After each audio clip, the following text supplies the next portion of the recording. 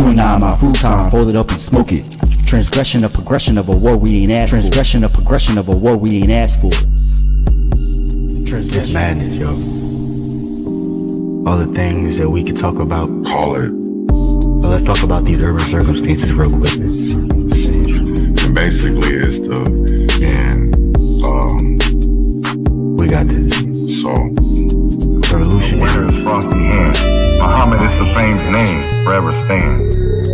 Standing on royal fusing of justice for the few, ridiculed by the pale terrorists bent on genocidal obsession, rooted in fear of neglection and abandonment, fueled by nightmares of ancestors' jealousy.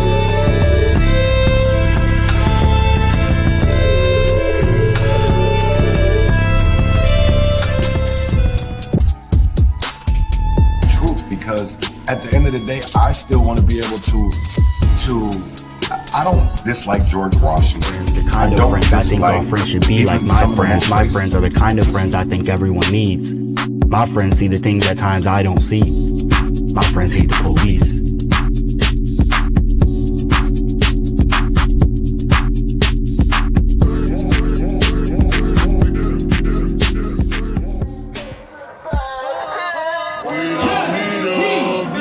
What has changed? Are deemed the criminals, and the blacks are deemed the criminals. Shut up and help. Reflection ain't nothing but the inner child trying to see you. You gonna look? You gonna pick up that book? Lord, keep me far from the faith. Guide me through night and day. Teach me your ways. Show me the righteous way to sway. Lord, can you teach me, please? Show me the way, I'd say.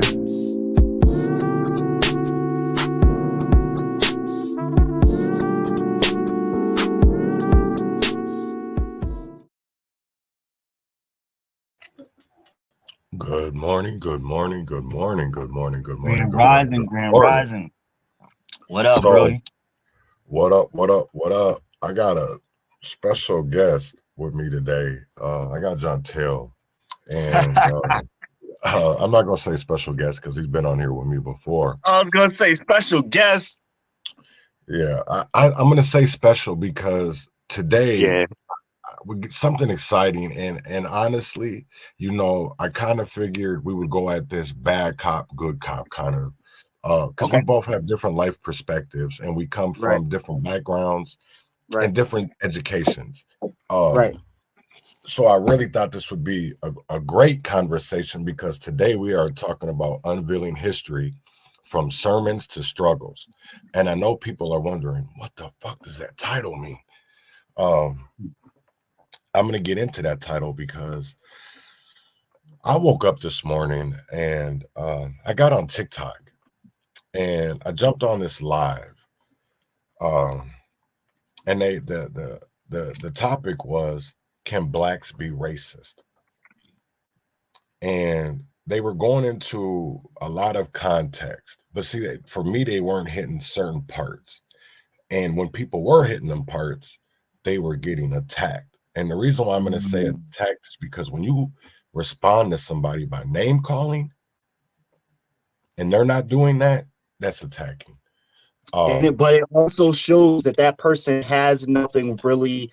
They have not collected enough to go toe for toe banter with you, so they just go at what they can harass and make you. Exactly, because if a person can't form, so they'll attack your personality or your look. You and I have seen it happen time and time again with people who can't go toe to toe educationally and actually talk about some truth and knowledge. So they just attack our appearance. Maybe they talk about our teeth or our glasses or our age.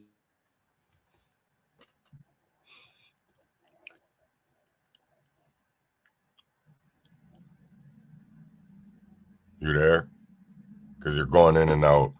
And I know he's saying some shit. But one part, I don't really know that was on there, that I silly want to talk about is, you know, there's another form of the Bible that's not talked about.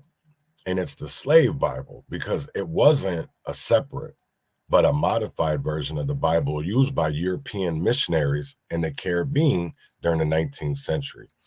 And that's literally why I really want to get into this discussion today, is because I don't think people really understand the makings of a Negro Christian.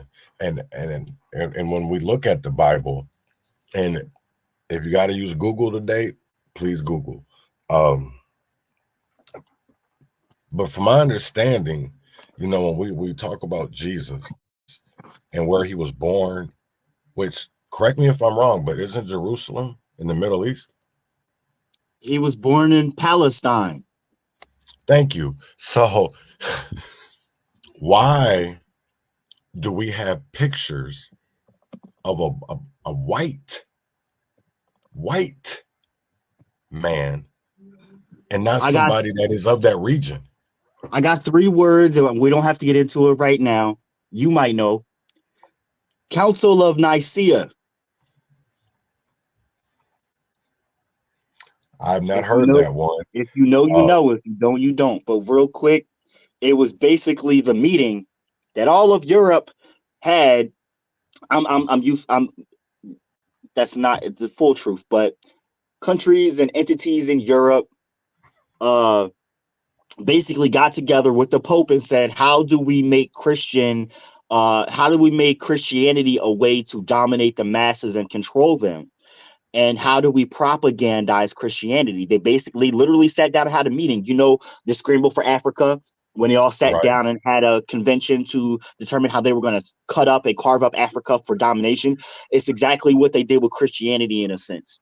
They said, how are we going to dominate Europe and all the peasants and make them, you know, fall to our whim? That was how that's where they started, was the Council of Nicaea. And I feel like that's when they started making Jesus white. You know, from my understanding, and I'm glad you're bringing up historical stuff, because of the simple fact of, like, when I was researching and looking for things about, you know, the makings of a Negro Christian, and how we came to Christianity, it led me all back to exactly what you and Robert are talking about. But then I found this book that basically a manual, just like where people want to say that the Willie Lynch syndrome and the rankism and the ableism and all the other, you know, right, can sit here and divide and conquer people.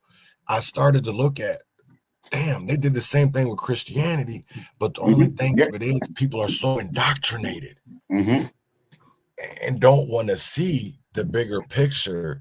And I keep on, you know, I still got that positive attitude, because I believe with education that once people know better, they will do better. Exactly. And that's why I still have that, but also joy is my weapon, and can't nobody but the man upstairs take that away from me. So that's one thing that I know for a fact of what makes me continually go harder and stronger to push these truths out and these facts. Is for the simple fact of that what I would just seen Monday is that the truth shall set you free. No matter how amount of time, the truth is still the truth. That part. And that's why I stand with people like Marvin Haynes, Lincoln Caldwell, so many names, because it's crazy. Right now I'm just off the tip of my tongue, but even cases that I worked off, Robert out of Ohio, you know, Akron, Ohio, we literally have people that are innocent and the truth is there, but they're not free. And why is that? It's because of a system. It's not because of individuals. It's because the masses aren't fed. The masses don't understand how the system is working. Perfectly fine, by the way. So when one of their own gets locked into the system, they don't understand how to go about getting them out. And that's because we as citizens are not informed of what rights we do or do not have. We're not educated on how to navigate the system we're in. We're only taught to be a cog in the machine. We're taught to be slaves. Right. That's what we're taught to be slaves. Right. You know what I'm saying? And that's what I literally, so I found the video that literally explains how they made Negro Christians. And oh, nice. So, and how the slave Bible was used to enforce obedience. Yep. And I want to play this. So I got it queued up. Let me go back to make sure, because I did watch a little bit of it. So let me go back to that. So there we go. Before we get right into the video of our narrative, prior to their abduction and enslavement, Africans were not monolithic in their religious beliefs. Rather, they practiced a rich tapestry of spiritual traditions that varied across regions, ethnic groups, and cultures. These traditions included animism, ancestor worship, and polytheism, all of which were deeply connected to the natural world and the spirits inhabiting it. Additionally, many Africans had embraced Islam through contact with Arab traders and travelers.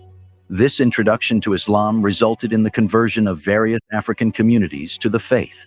Thus, when Africans were uprooted from their homelands, they brought with them a diverse array of spiritual beliefs and practices.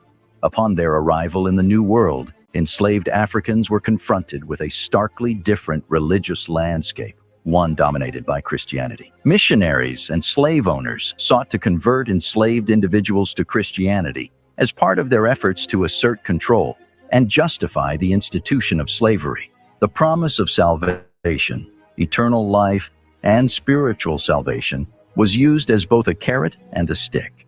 Conversion could offer some semblance of hope and comfort in the face of unimaginable suffering, while simultaneously serving as a means of ascent over the enslaved.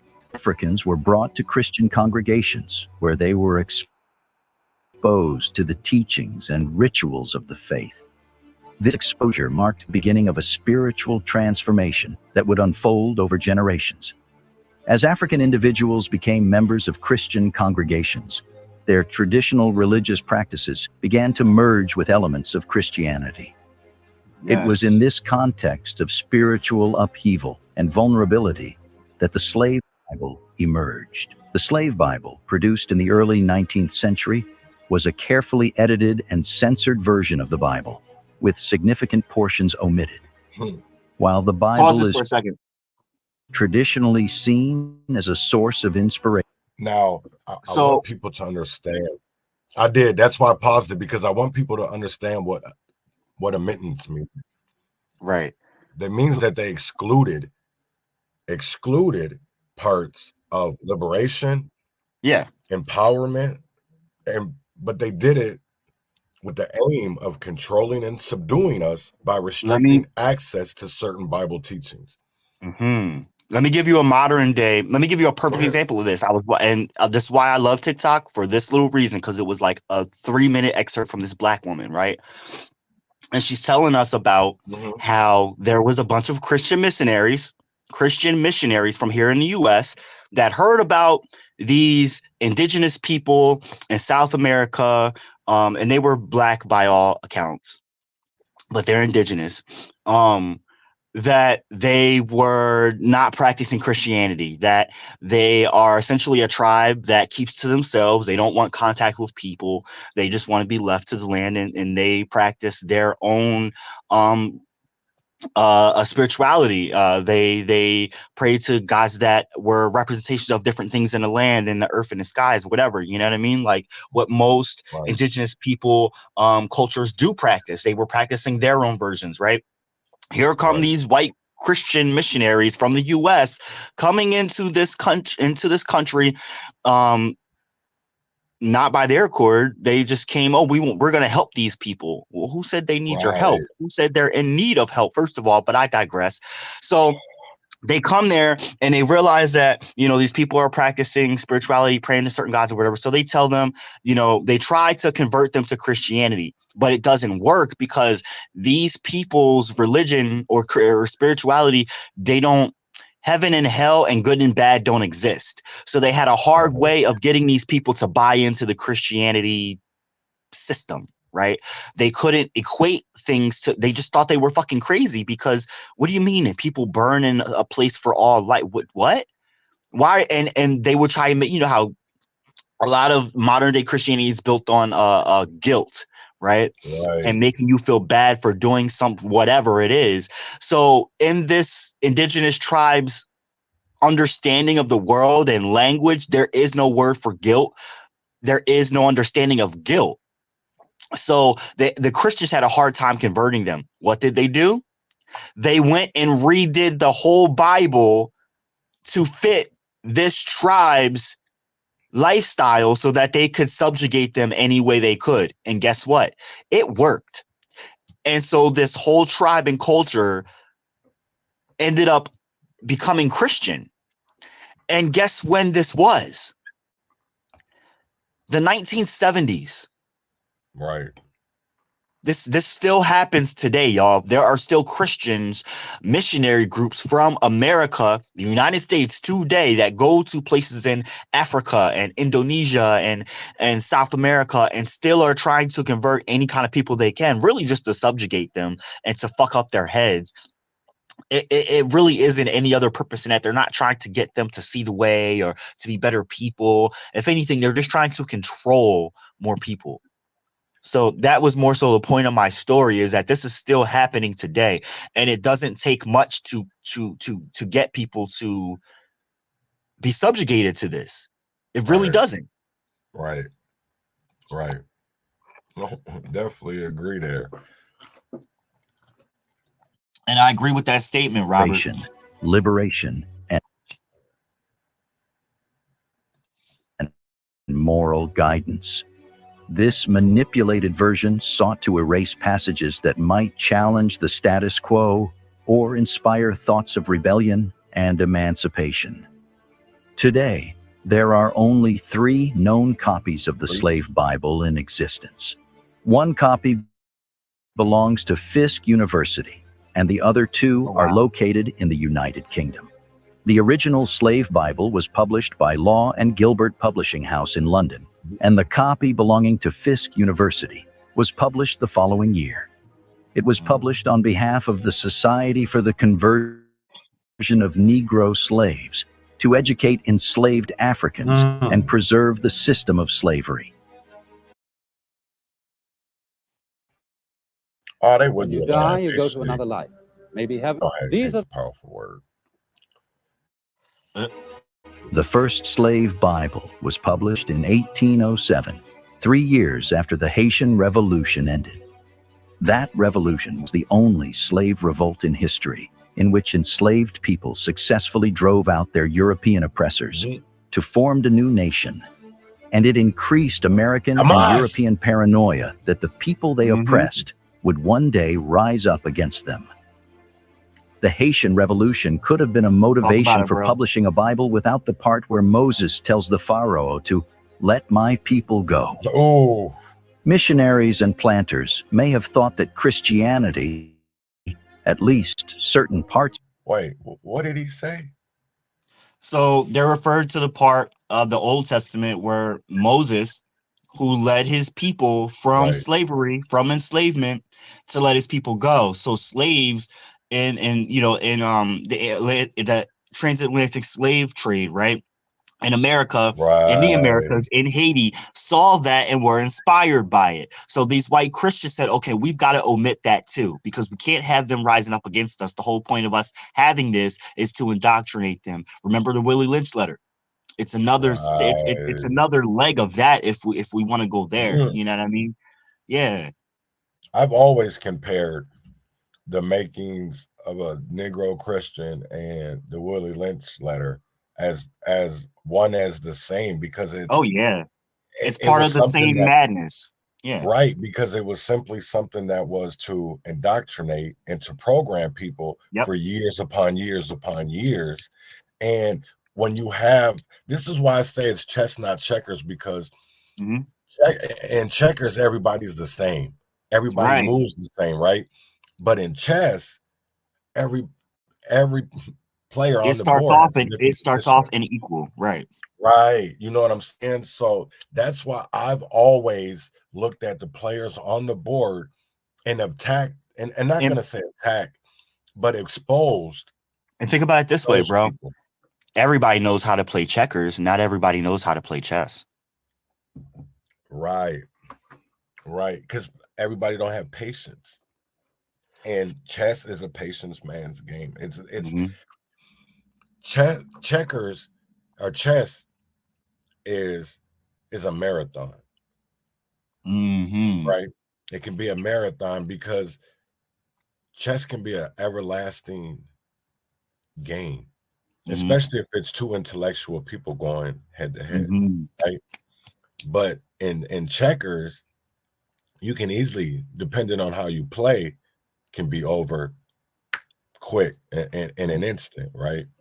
So you have to understand and study and then know how to, and that's the problem that we don't have. That's the problem that we have in this movement, is that we don't want to organize and strategize and figure out how to attack our problem, because we're so quick to just get out on these streets because we're angry. And it's something that, you know, what Moses in the Old Testament said, let my people go.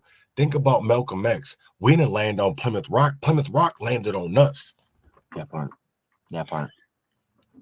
You know, so I really want to bring, not saying, and I want people, because when I was researching this, I really had to, because I was like, damn, I like Martin Luther King, but I always knew in my heart the way that white people spoke, the way about his name and the smiles, but then when they talk about Malcolm or Fred, and you could see the disdain in their faces or their voice, yeah, I could already tell that why one was loved and one was, you know, hated, because of the simple fact of, I feel like Martin played into white supremacy instead of combating it.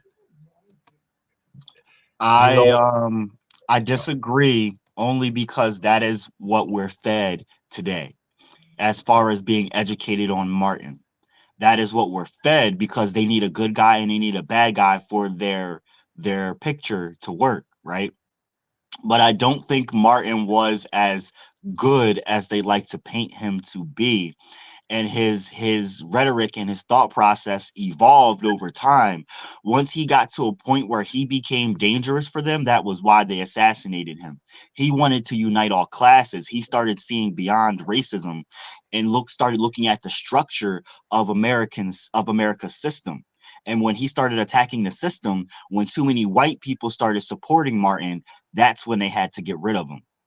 See, Malcolm and Martin, I feel like, were two parts to a whole. And Martin did support Malcolm because he felt like they both were needed. Even though he may have not agreed with Malcolm on a lot of different things, he still agreed with the fact that Malcolm was needed. Does that make sense? It does, because it's the same way now.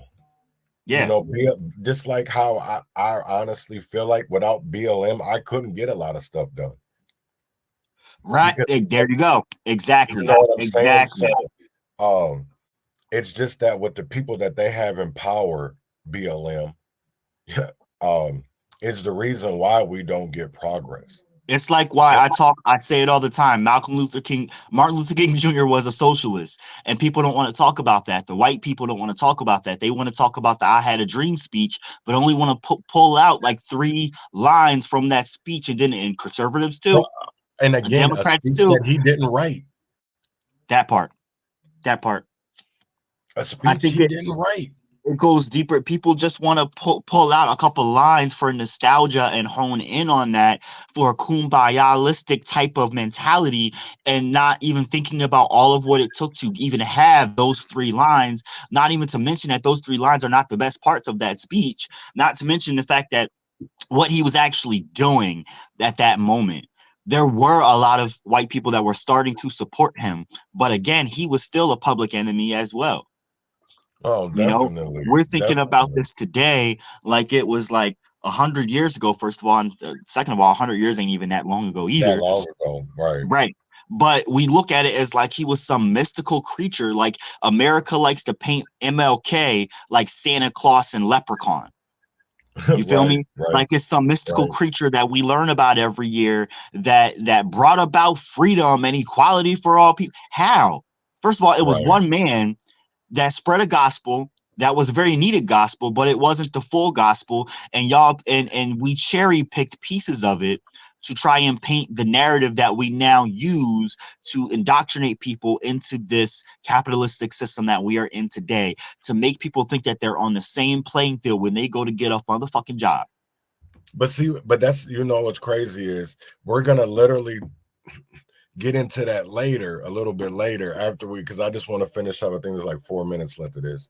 And because we're going to get into the conversation about Hamas, the Black Panthers, BLM, Fred Hampton, Malcolm X, and the KKK, and why we're so quick to condemn some, but not others. Right.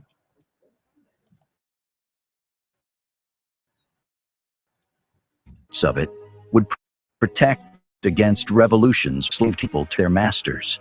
Slaveholders and colonial authorities recognized the potential threat posed by a literate enslaved population. They feared that if Africans had access to the complete Bible, they might find inspiration for resistance, liberation, and equality within its pages.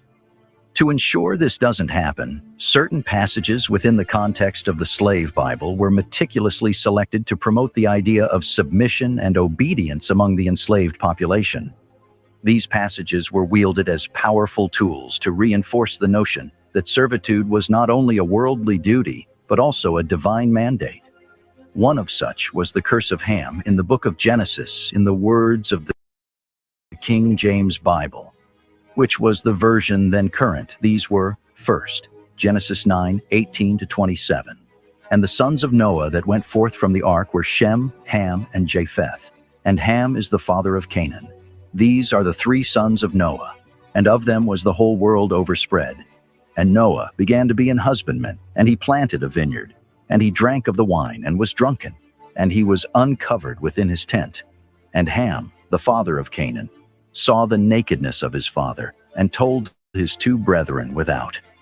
And Shem and Japheth took a garment, and laid it upon both their shoulders, and went backward, and covered the nakedness of their father, and their faces were backward, and they saw not their father's nakedness.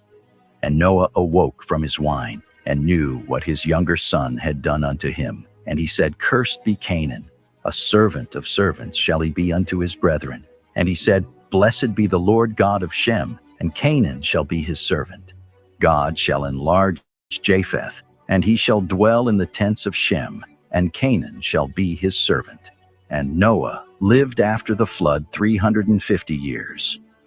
While the biblical account itself raises questions and challenges, it was the distorted and popularized version known as the Curse of Ham that became a foundational text for those seeking to justify the enslavement of Africans on purportedly biblical grounds. The original story mentions that Canaan, the son of Ham, would bear the curse. However, in the Curse of Ham, Canaan's name is omitted. This omission allowed for a broader application of the curse to all of Ham's descendants. Ham was portrayed as black in the Curse of Ham. This portrayal was a misinterpretation of the biblical text, which provided no description of Ham's physical appearance. This false characterization. I'm going to stop it there because I think people need to pay attention to that, because the Bible does not give any description what Jesus or any of these people look like. So any kind of artwork that we're seeing is all by the artist. So regardless if it's a black Jesus, if it's a white Jesus, it's all on how somebody sees Jesus. Because at the end of the day, the Bible does not describe his hair, eyes, none of that. And I would love for somebody to, if I'm wrong, to please post a scripture that describes Jesus beyond the area that he was born.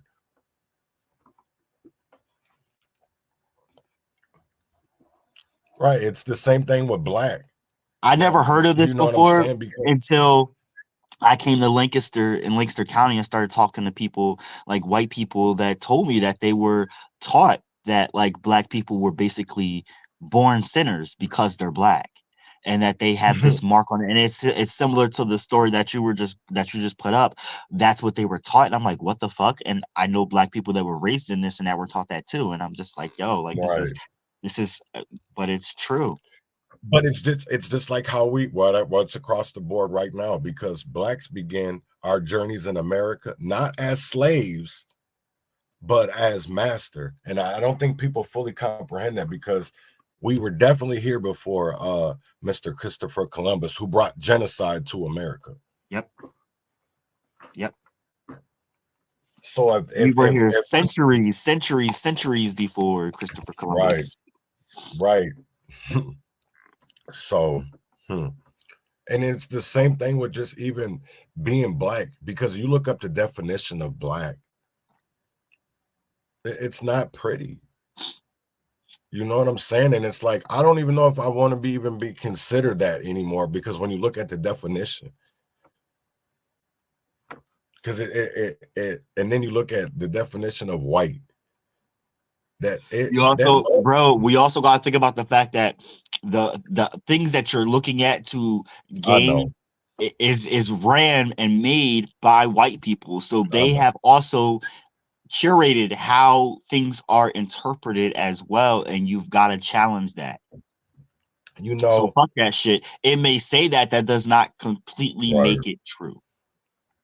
What was crazy is I was having in the summer of 2021, I was having a conversation with a pastor. I think that's what he goes by, Reverend. It's not Christopher. This is a white pastor. But he was out of a Baptist church. And he said the only reason why there is black churches is because are in all these little, and I know denominations. Denominations. And I know Reverend Tim Christopher probably gonna be like, man, no, he ain't. Don't go there. But I'm gonna tell him what the guy explained to me, what the Reverend explained to me of why there is black churches. Is for the simple fact of they didn't want a black pastor preaching to a white congregation. And then when they got tired of having the blacks in the rafters. So then they just said, you know what? Why won't we just give them something of their own? And if this is the way that this man explained it to me, and this is the crazy part, because he said, you want to hear a crazy racist story in history? And that's the story he told me. Of the only reason why we have black churches and black pastors is because of the simple fact they didn't even want to congregate with us anymore.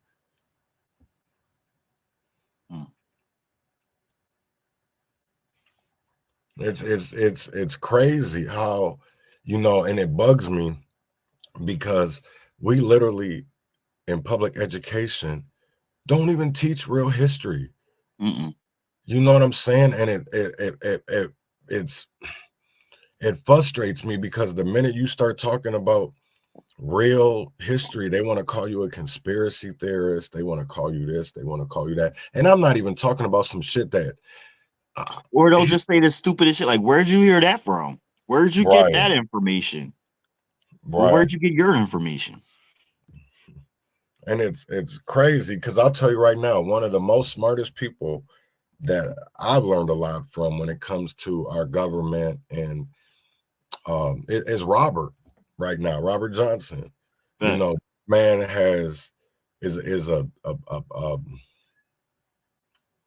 Google himself when it comes to knowledge and about the CIA connections and realizing and showing me of why we have the problems that we have in our communities. And people want to talk about white supremacy. I'm going to tell you right now, there's more black people in our community supporting white supremacy than there is white people. And don't even realize it. Right. But you know what's crazy? I used to think they didn't realize it. They do. It depends on who you're talking to. Right.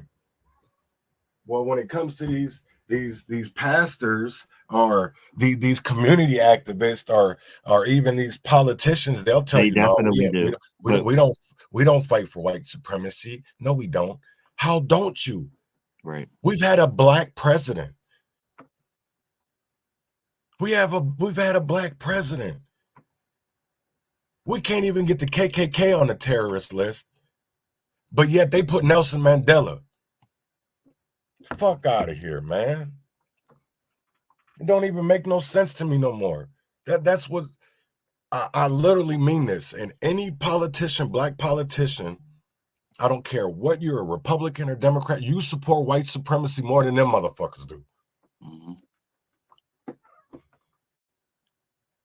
Walter Hudson, Bobby Champion, Cedric Frazier, Keith Ellison,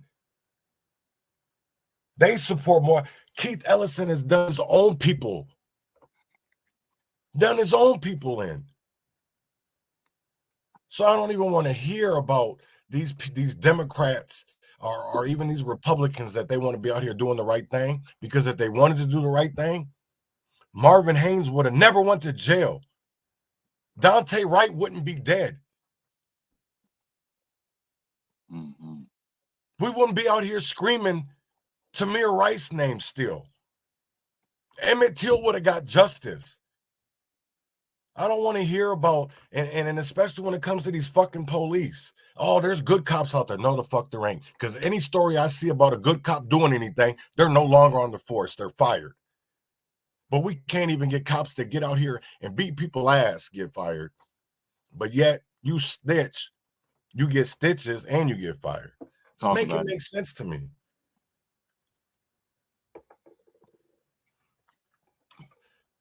Whew, man.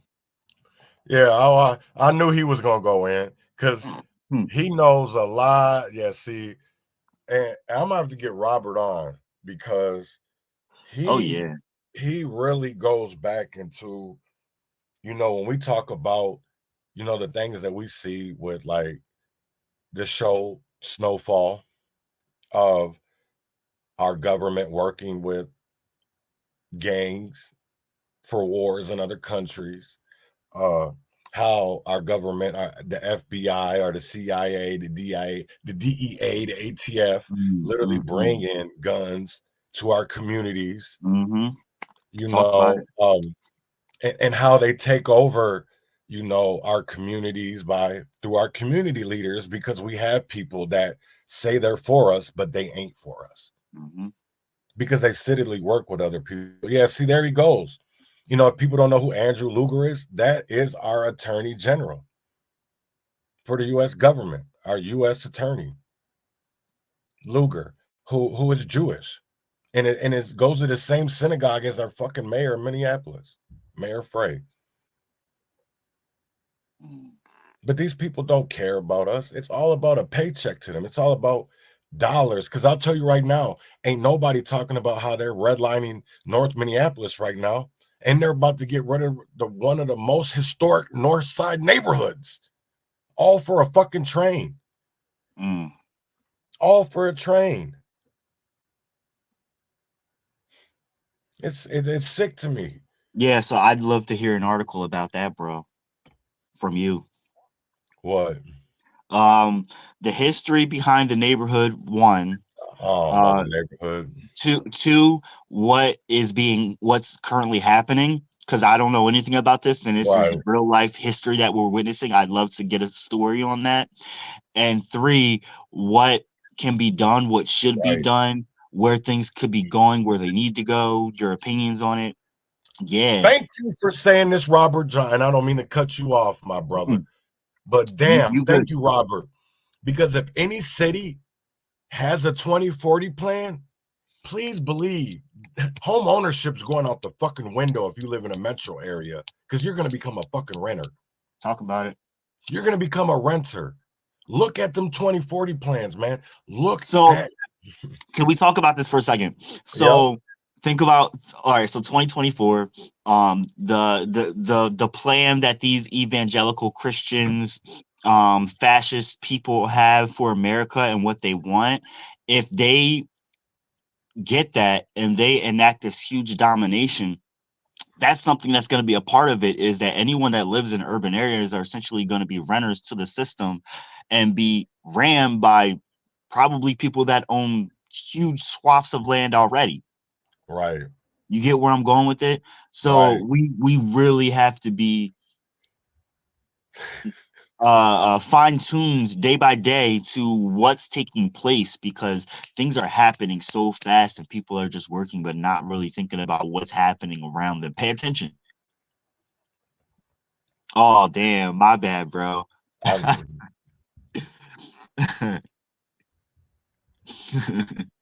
Right, my bad. I'm gonna start inviting. I'm gonna start. You know, it's crazy. So everybody knows I come on. I especially in 2024, because I'm definitely gonna be moving differently.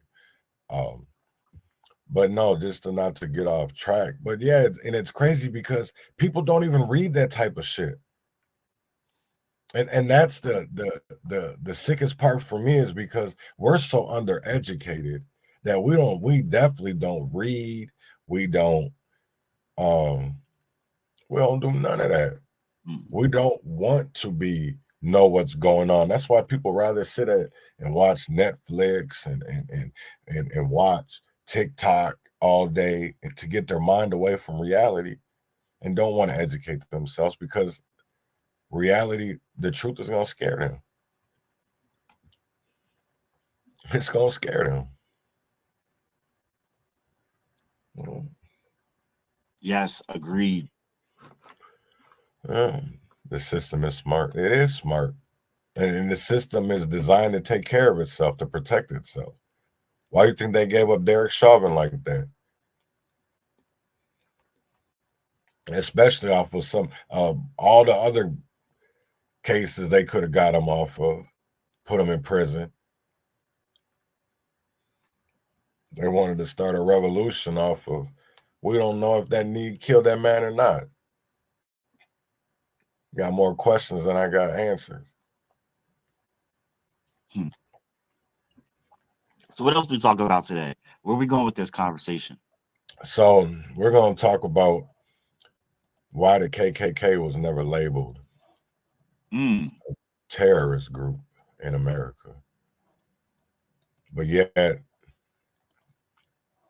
Hamas is. Black Lives Matter. That's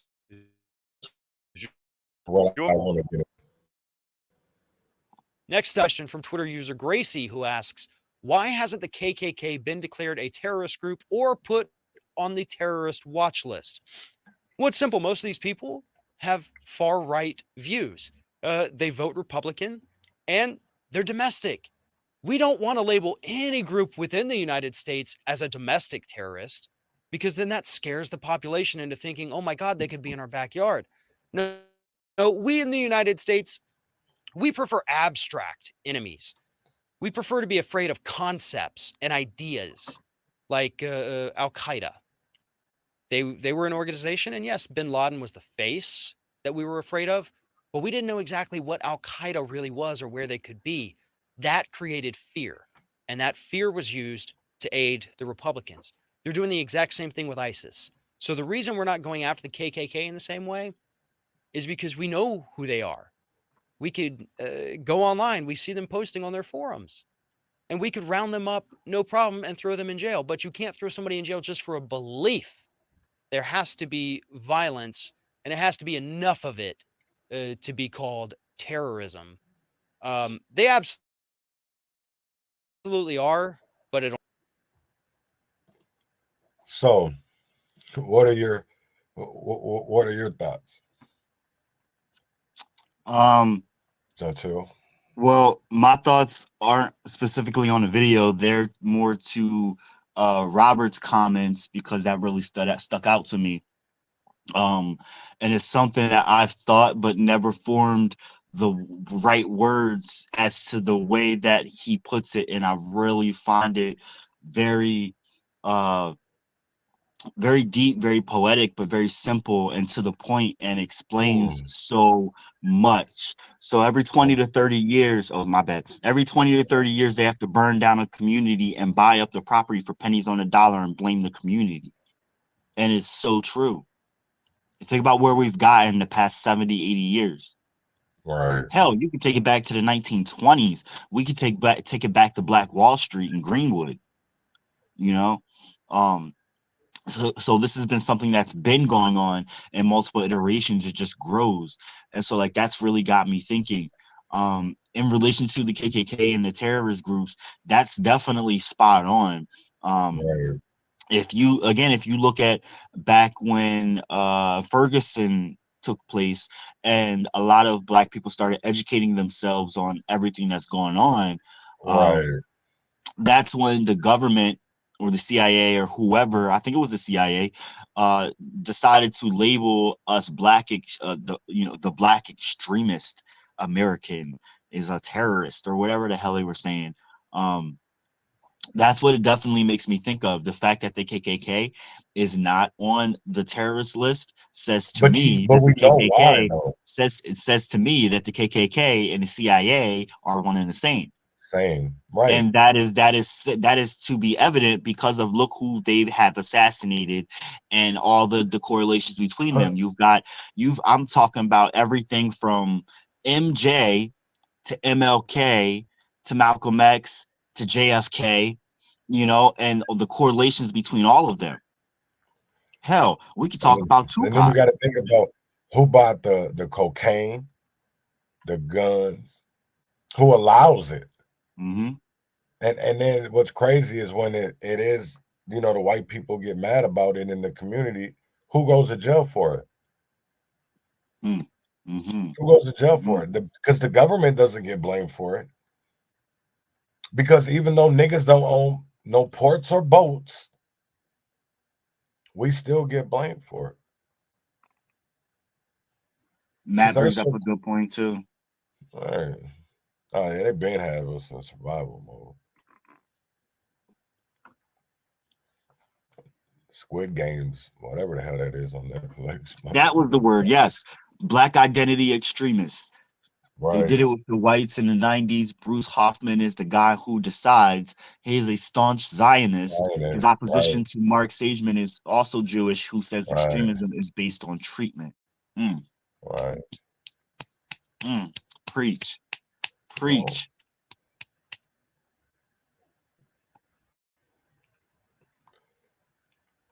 They still do.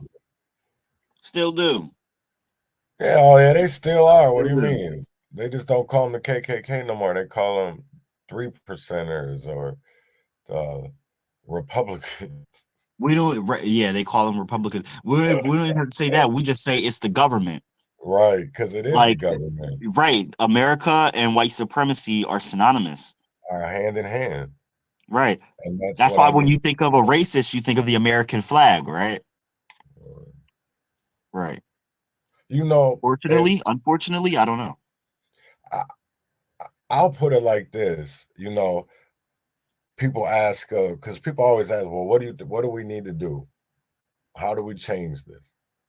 We need a revolution. Right. That's the only way anything has ever changed in history. All right. So Matt talks about survival mode. How do we get people out of survival mode so that they can be able to think critically to understand what's going on around them? Because that's part of the problem. How can people want to educate themselves to begin to understand what's going on if they're stuck in survival mode? You know? I think that's a big issue. Poor, here's the thing. It is though. Being poor, we're always in survival mode. We don't know any other mode. Right. It's just that we can't survive the same way they can because they have better resources. They have better access to resources. I mean, shit. Mark Zuckerberg, they're building a bunker in Hawaii, an underground bunker. $270 million damn bunker. I'm sure that's not the first. This is the first that we're hearing about for the media. That's the first that we're hearing about it. Because rich people, they own Hawaii. There's whole entire islands that rich people just have.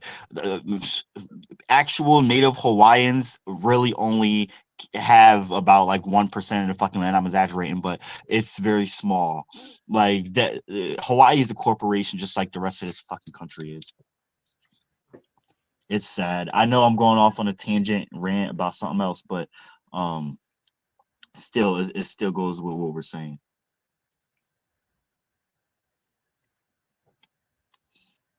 So what else you got for me, brother? I was reading Matt's comments. Mm.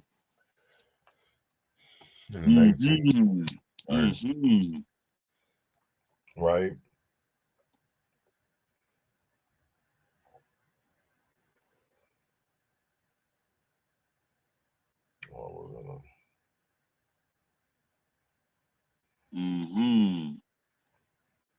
Yeah, because you know, going back to about the KKK and black extremists, because that's literally what they called Fred Hampton. They called the Black Panthers. I mean, California sat there and wrote legislation about the Black Panthers, the open carry in California, because of the simple fact that the Panthers walked up to the state capitol, inside the state capitol strapped. Talk to them. So don't sit there and tell me that we don't have racist ass laws on the books still, because we do, because everything that they do has always been damn near aimed at black people. And that's what's crazy. It's crazy. Exactly. Crazy. Exactly. True history is there for the reading, and especially in today's day and age with the internet and us being able to just pull up any kind of information on a whim. You can pull out your phone and go on Google or Bing and research anything. It's a matter I don't of understand why this generation is so fucking dumb. Because I'm going to explain. Look at the system. Look at the attention spans. Look at what we're being fed and what we're feeding our children. We give them an iPad and a laptop instead of talking to them about what they can actually do on the internet. Don't go play a game, or if you have them play a game, have them play a game that's educating them on the fucking world. I don't care if it's teaching them spirituality, something that is something useful, whether it's survival skills, or cooking, or how to put a refrigerator together. I don't give a fuck, as long as it's not something that is rotting your brain. I really think is the key there, because that is why we have people that don't want to learn. People get bullied for learning. That's why we have 7th graders that are actually reading on a 3rd grade level. That is why the pandemic has decimated what we did have a sense of community left, especially in our communities. Whatever sense of community we had left is out the door, because they decimated our elderly population is gone. And those were the ones who were holding down what kind of oral traditions and histories and respects that we did have. We're so disconnected at this point. Don't nobody want to learn, and if they have the time, do they really have the mental stability and strength to do that? That's the sad part. But that's the question that we have to get down to, so that we can know where we can go. And how we get there is, okay, well, what's the biggest issue here that's preventing us from getting anywhere? Ourselves. Yeah. I'm going to continually say that, man, until, you know, the crazy part of it is, and until we honestly, I'm going to say it like this, because there's too many barriers ahead of us. So we literally have to get them barriers out of the way. And the only way that you do that is unity. Yeah. It's got to be in numbers, because that part. Everybody can, and this is the crazy part for me, is because I see so many individuals, right? And I'm going to talk about North Minneapolis real quick. There's so many people that say they're out here for the right reasons, but yet we can't stop nothing. So that already shows me that these people aren't out there for the right reasons, because when it comes to the conversations and it comes to way our community should look, the people that are usually at the table in them conversations don't actually live in the community. Right. You know what I'm saying? They're paid talking pieces. Yep. That's why you see them in the media so much. That's why you see them in the news with shaking hands with politicians, doing all of this, doing all of that. It's because they're paid. They're paid. Paid. Capitalism. Paid. Right. They're not out there for, and that's the whole crazy thing of it is because just yesterday, or not yesterday, Friday, Minnesota just released $450 million to combat homelessness. But yeah, we still got people living in tents. What is We the still money? got people living in broke down RVs. How they combating it though? What? How they combating it though? Yeah, they're not, because it's all they're not combating it, because all they're going to do is give the money to nonprofits who are going to pay administrative costs. They're going to say they're going to do this, they're going to do that, they're going to do backpack giveaways, they're going to pay people's back rent, but what they're not going to do is educate people to be homeowners, more responsible, self-sufficient. They're going to give them a little bit more titty milk. That part, because listen, they don't want them to necessarily know how to navigate the system. They want them to keep them just alive, barely, so that people can still be susceptible to bad health, be susceptible to crime, so that they can be put in the prison system and be another actual slave. So it's a matter of keeping people just barely living. Like we were talking about survival mode. I think that's part of it too. Yo, these comments are on fire, and I can't appreciate y'all enough just for tuning in, vibing with us. If y'all have any questions or things y'all want to reach out and say, tune in, join in the comments as well.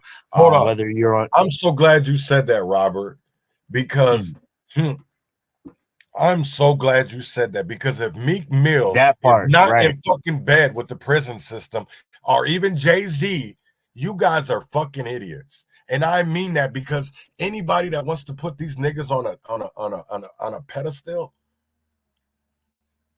sit the fuck down, because at the end of the day, they ain't doing nothing for black people, right? I don't, and here's the thing of it is, the thing that just happened this week in Pennsylvania, Meek could have been did that. Meek could have been did that. These men, and that's the crazy part, Jay-Z's a billionaire. What happened in PA? It was some kind of prison reform that got passed. His old crybaby ass got up there, but then that's why I can't take these niggas serious, man. So Dr. Sebi, how many cures did he come up with, and where's he now, and what's going on with his products? Do you know what I mean? The farm, big farm will be decimated, and they knew it. So, but I'm also drawing connections here. Left Eye. People want to label me a conspiracy theorist, but all the greats in the music industry, especially the black ones that have died from mysterious circumstances, just begs a question. And you got people like Diddy and Jay-Z that are handlers for the bigger powers. And that's a whole nother topic on one of my shows that we'll get deeper into. But you got me going here, Robert, because you bring up a lot of different things that we can segue into many different other conversations that you and I have touched on ourselves in previous episodes, Chaz. But the specific one about that roundtable of people back in the 80s that sat down and wanted to bring together those two different industries and make essentially what I like to look at it as a conveyor belt into slavery. Right. Like it's the new age slavery conveyor belt, and it starts from the time, right. It starts from the time you're a child and go to the school system, American school system. You're programmed into this shit for a black kid, 3rd grade. Come on. Right. And that is the crazy part. That part, crime is legal slavery. And what people don't even understand is of like when I say indoctrinated, I literally mean indoctrinated. Because of the simple fact, because of the simple fact of indoctrinated, because of the makings of a Negro Christian, the makings of a slave, they designed this, the men that designed it for it to work, years and years and years and years and years and years, right? So that's why we say we have to reprogram or deprogram and reprogram, for the simple fact of everything that we've ever been taught is damn near a lie. Why is why is Santa got to be white? Why does Jesus got to be white? Why the leprechaun got to be white? You know what's crazy? Because I literally think about that now. Everything's Snow White and the Seven Dwarfs. Why Snow White got to be white? You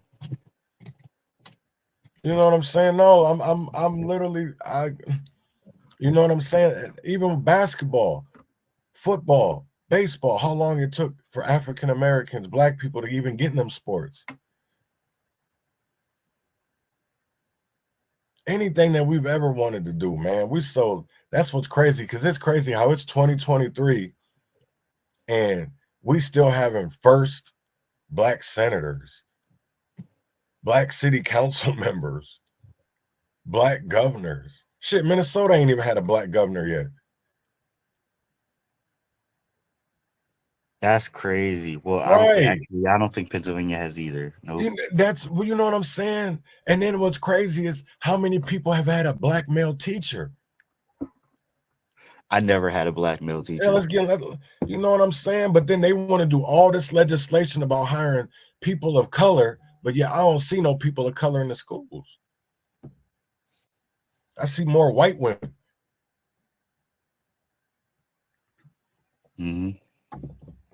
So what happened to equal opportunity employment? What happened to affirmative action? Oh, my bad. I forget that legislation supports and helps white women. My bad. Yep. Can't get rid of that.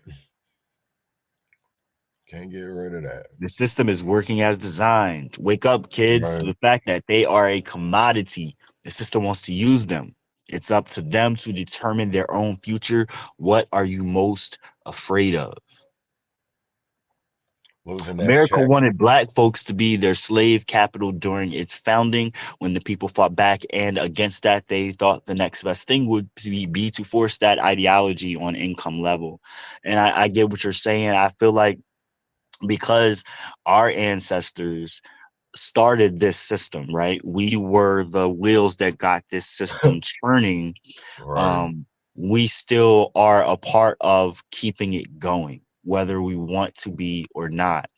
And we have to find a way to turn it on its head, unite, and use the system for our benefit, because we should be able to. If we created it, we can topple it if we actually wanted to. Right. And that's what we don't understand. Is power is a number, and we have the numbers. We don't have the resources, but we have the numbers. And that's what's we crazy. Have the numbers which will enable us to get the resources. Right. Exactly. But I want to go to a point of about Hamas. Because our government, and I want people to understand this too, is that our government is so quick to condemn actions that they do themselves. But yet you don't even try to correct it. But they always want somebody else to correct their wrongs, right? Why don't we start correcting our wrongs first? That part. Because I'll tell you right now that, I don't know if people have listened to Charleston White, but he gave a really good hood ass. And what I mean by hood is because his analogy and the way that he compared it was basically the same way as the streets. Is that the Hamas and Israel thing is like a gang. It's the same thing as like a gang war over territory that really, honestly, one maybe owns and the other doesn't. But because they're trying to get rid of it by history, right? Because people don't want to literally go do their research. They would just rather bandwagon and be like, oh yeah, it really isn't that hard, people. It's the resistance. If somebody came in your home and started throwing shit, literal shit, they just started shitting around your house, right? Smearing it all on the wall, shitting on your couch, and saying, oh, this is my house now. You can get out. Wouldn't you throw a fit and do everything you can to get that motherfucker out your house while cleaning shit up?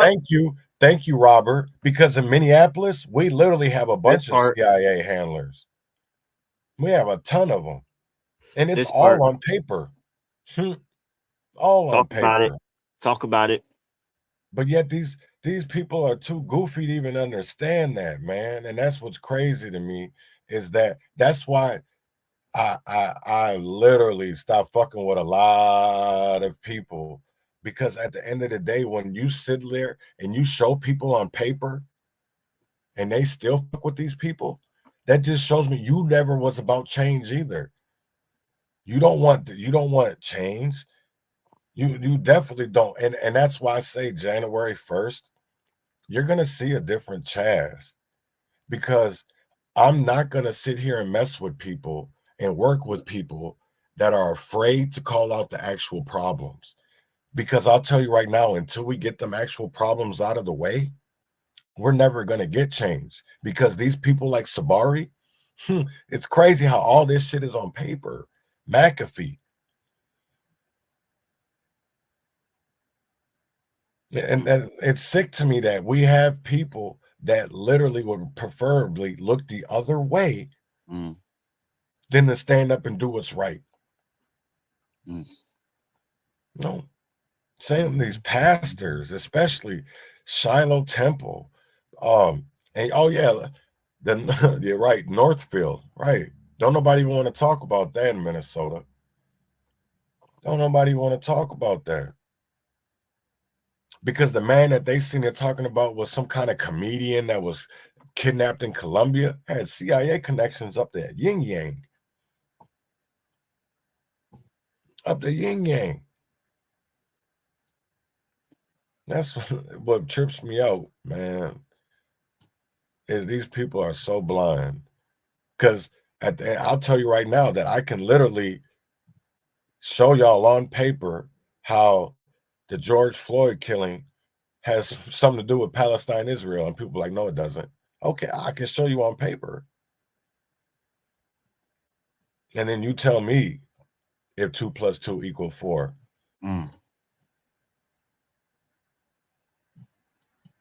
Yeah. Tell you right now, man, because the same way they talk about Hamas right now is the same way they was talking about us in 2020. Because what did Trump say? What was when they was protesting when he was at with a Bible or some shit talking about shoot all the protesters? It would have. That's what I'm saying. If January 6th would have been black people, it would have been a bloodbath. It'd have been a bloodbath. But because it was white people, majority white people, that's why it wasn't a bloodbath. Only one person got blasted in the head, Ashley Babbitt. And she knew better than what she knew what she was doing was wrong. She was a veteran. She knew what she was doing was wrong. Because I'll tell you right now, if I did some shit like that, I expect them to shoot. Because they're supposed to defend that. Just like I have the right to defend my home. They're defending their home. I know that's probably a weird analogy, but it literally is their home. Whatever, dude. Shut the fuck up. They're paid to protect. I mean, shit, that's what they were saying about Kyle Rittenhouse. What got Kyle Rittenhouse off? Come on, it was self-defense. because he was protecting people on a basic level, like I was talking about the home analogy, like if you're going to stand up to a bully, you need to have some kind of resistance, right? And to villainize a group of people for defending themselves speaks to exactly the situation going on, the genocide, the apartheid, and the constant denial from the exact powers that have everything to benefit and gain from this situation. And if you look at the people that voted to continue to not have a ceasefire, or the people who abstained from voting, to me are the ones that show that they have some involvement, or just don't give a fuck, which also shows who they are too. Yeah. I don't know. I'm like clear cut with Hamas. It's like, shut the fuck up about Hamas. Like that's my response to people for me, when they it's hit not me with even that. about. What about Hamas? What about Hamas? Wouldn't you put your dukes up if somebody keep punching you in the face? What the fuck you gonna do? Just sit there and say, "Oh, I love you too." Get the fuck out of here. It's for me. It's not even about Hamas, right? And I'm gonna be. Like, people want to bring that up because that's what the media feeds them. Oh, the Israel-Hamas war. It's not Israel-Hamas war. It is Israel occupation. That is what's going on. We are witnessing a real world genocide, the modern day Holocaust. That is what we are witnessing, and that's what I call it. So when people want to, I'm sorry. Damn. No, because it's the same exact way how they treat black people. They want people to sit down, shut the fuck up, and take it, just like how us black people do. Right? That's what people are not understanding, because the same way that the Black Panthers were in the 60s is the same way that Hamas is for the Palestinians. It's a fraction of people that have got together and organized, strategized. You and Robert are putting it perfectly. And move as one for the empowerment of their people. Mm-hmm. So together, you and Robert paint the perfect picture. You're also right. It was it was a political. It is and was still a political party, and at its core, that's what it's about. And I think they that just have a military fraction of it. That's the only difference. And there's many other places in the world that have the same thing going on. Right. That's why I'm not going to sit there and condemn, because if I condemn Hamas, then I literally got to condemn my own people for the things that we've done for standing up to injustice. And no, because there's no bad protesters at a protest.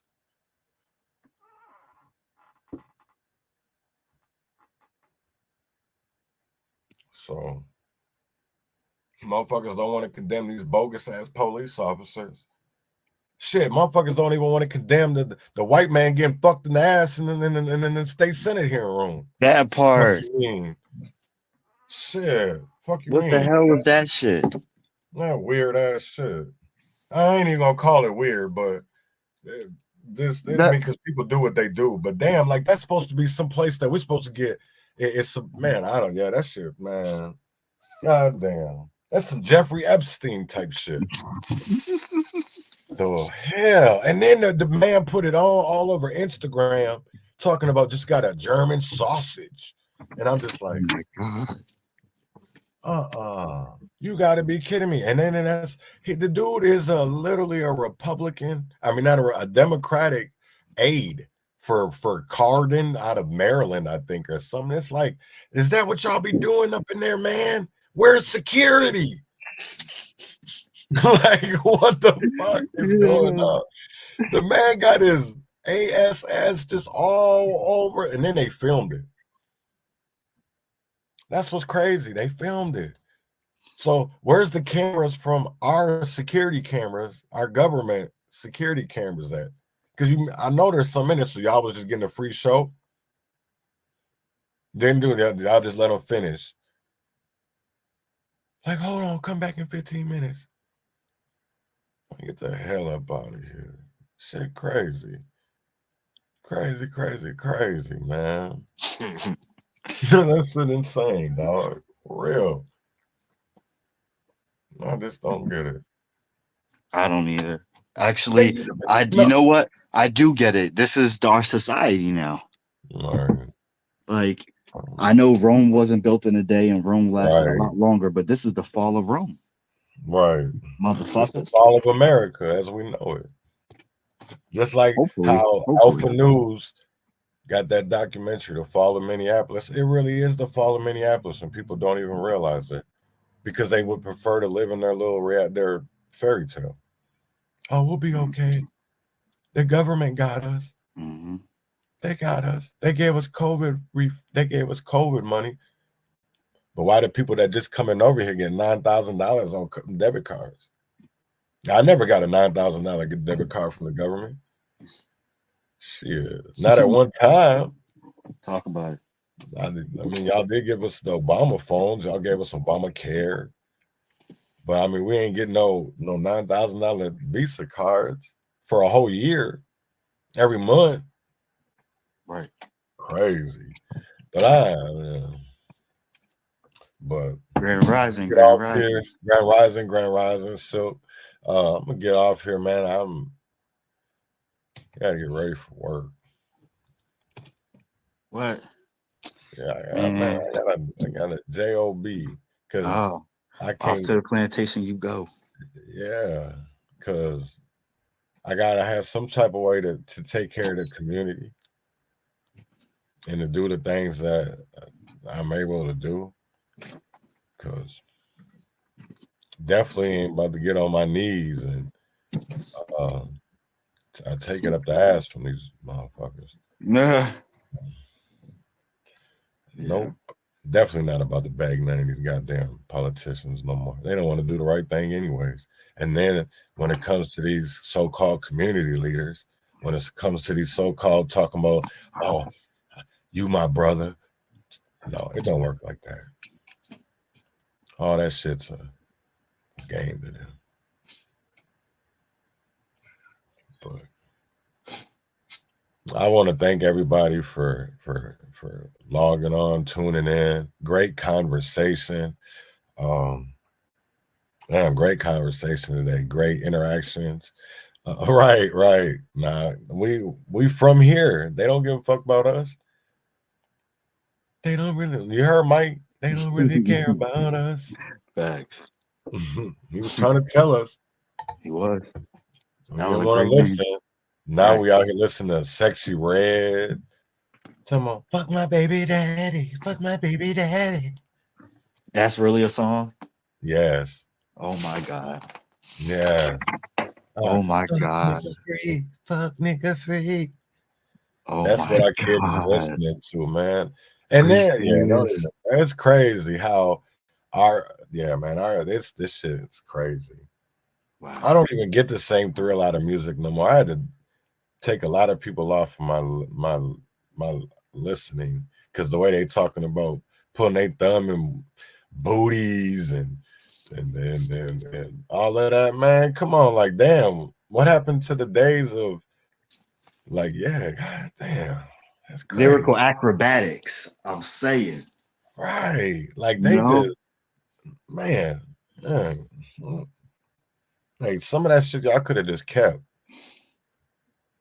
For real. Y'all need to be getting closer with God. That part. And understanding who Judas really was. So y'all can stop calling everybody Judas or calling them William O'Neill's because maybe people understand why they called Fred Hampton the Black Messiah.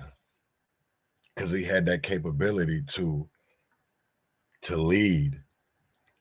And they were scared of that. But not to just lead one, but to lead all. So, look up the what? Sexology. I'm okay. I don't want no scrub. I don't want no scrub.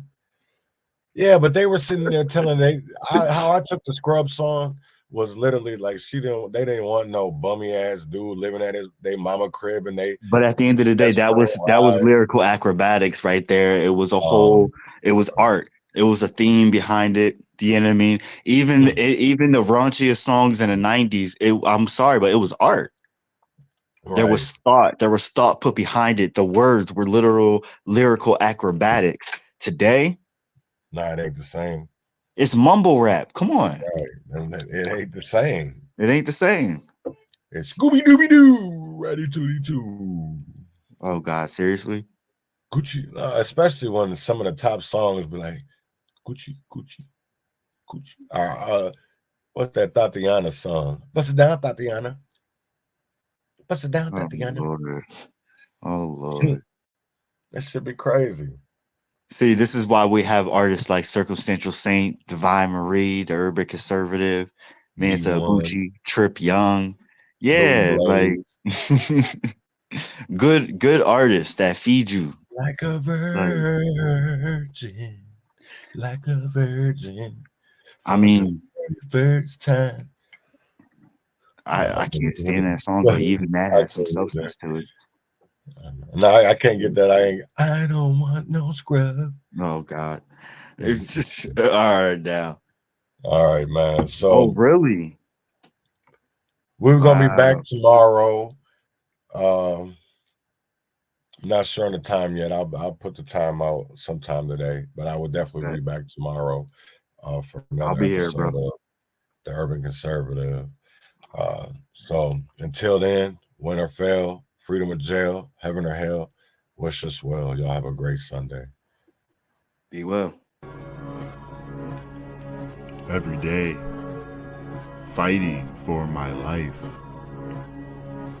Every day, fighting for my life. Fighting for my life.